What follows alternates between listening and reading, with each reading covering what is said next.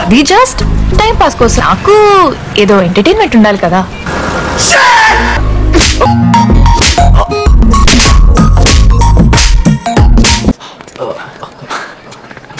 నేనెంత ట్రై చేసినా నువ్వు నాకు పడవు. ఎందుకు? ఎందుకంటే నువ్వు పడిపోతే నేను ట్రై చేయడం ఆపేస్తాను కదా, అది నీకు నచ్చదు.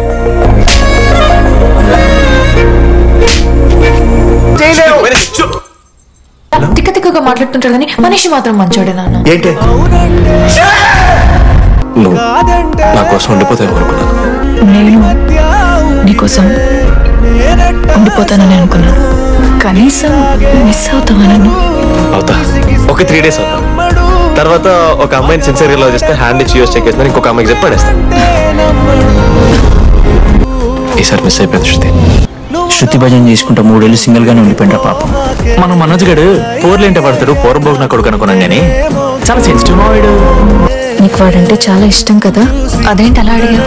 మనోజ్ 3 years ఒక్క అమ్మాయిని కూడా చూడలేదు. నువ్వెంత ఇష్టపడుంటే వాడిని అంత మిస్ అవుతాడు.